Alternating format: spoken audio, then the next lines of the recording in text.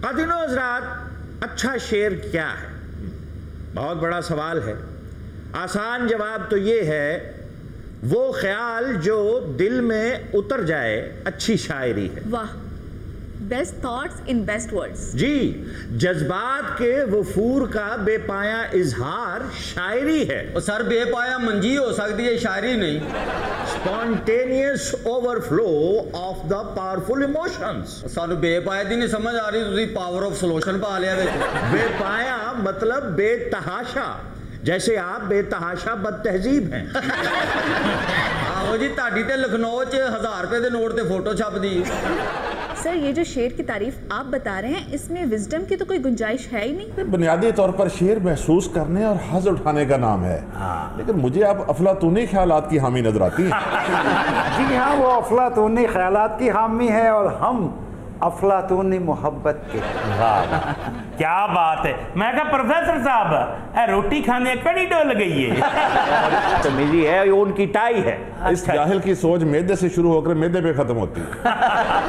ویسے زخمی صاحب، جی فرمائیے، یہ افلاطونی محبت کون سی ہوتی ہے؟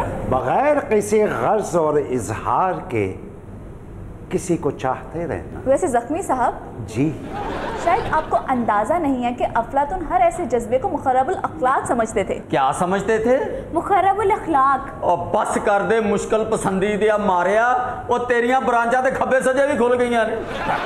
بھئی افلاطون تو شعر کے معاملے میں کوڑ تھا، اچھا، لیکن میں یہ سمجھتا ہوں اچھا شعر وہ ہے جو آفاقی جذبات کی ترجمانی کرے، سننے میں موسیقیت سے مرصع ہو اور سمجھنے میں سوچ کا ایک سمندر دکھا دے۔ مرسا اور مراسی تے سنیا سی، مرسا کتھوں آ گیا ہے؟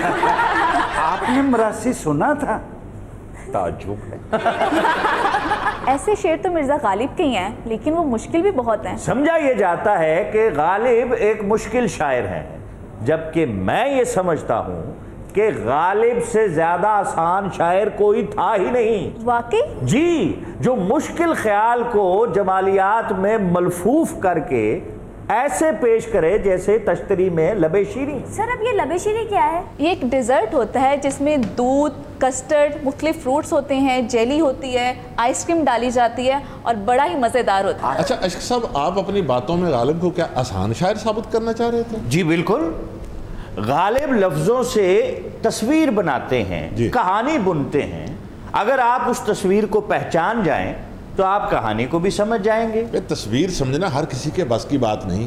جیسے دیکھیے ایبسٹریکٹ آرٹ، کیا اسے ہر کوئی سمجھ پاتا ہے؟ پروفیسر صاحب، آپ کا کیا خیال ہے کہ غالب کے شعر ایبسٹریکٹ آرٹ کی طرح ہیں؟ اور میں نے بات سمجھانے کے لیے بات کی تھی۔ اب غالب کی شاعری کو آپ تصویر کاری تک محدود نہ کریں۔ مشکل پسندی کا احساس تو غالب کو خود بھی تھا، خاص طور پر ابتدائی شاعری جو رنگ بیدل میں ہے۔ سمجھ آتی ہے آپ کو؟ کیسے؟ بھئی دیکھیے، وہ خود کہتا ہے، یا آپ رنگ بیدل کی بات کر رہے ہیں؟ جی ہاں، اچھا۔ رنگ بیدل میں ریختہ کہنا اسد اللہ خواہ قیامت ہے۔ اسے کہنے میں بھی دشواری تھی، لوگوں کو سمجھنے میں بھی دشواری تھی۔ مثلاً کیا وہ شکوہ نہیں کرتے رہے کہ آپ لکھتے ہیں اور آپ اٹھا رکھتے ہیں؟ کیوں کہتے تھے؟ بھائی اس زمانے میں لوگ محبوب کے سراپے کے سوا کچھ سننا ہی نہیں چاہتے تھے، جبکہ غالب خیال کی بلندیوں پر تھے۔ یہ خیالات کی بلندیاں تو آج تک سمجھی جا رہی ہیں۔ اس وقت لوگ غالب کو اسی تناظر میں دیکھتے تھے۔ کبھی ڈومنے کی شاعری ہو رہی ہے، محبوب کے خد و خال بیان ہو رہے ہیں، ہجر و فراق کے معاملات ہیں، گل بلبل کی باتیں ہیں، ساغر و مینا، ساری شاعری بھری ہوئی ہے۔ چلیے محبوب کو لیجئے، غالب کے ہاں محبوب کا سراپا کہیں بیان نہیں ہوا۔ بھئی یہی تو غالب کی فنکاری، ہوشیاری، بلکہ میں تو کہوں گا کہ چالاکی ہے کہ وہ کبھی پرفیکشن کی طرف نہیں جاتا۔ بات کہہ بھی جاتا ہے، لگتا ہے کہ جیسے بات ابھی ادھوری ہے۔ آپ کہتے ہیں کہ سراپا بیان نہیں کرتا، غالب سے اچھا سراپا کون بیان کر سکتا ہے؟ تو اور آرائش خمِ کاکل، میں اور اندیشہ ہے دور دراز۔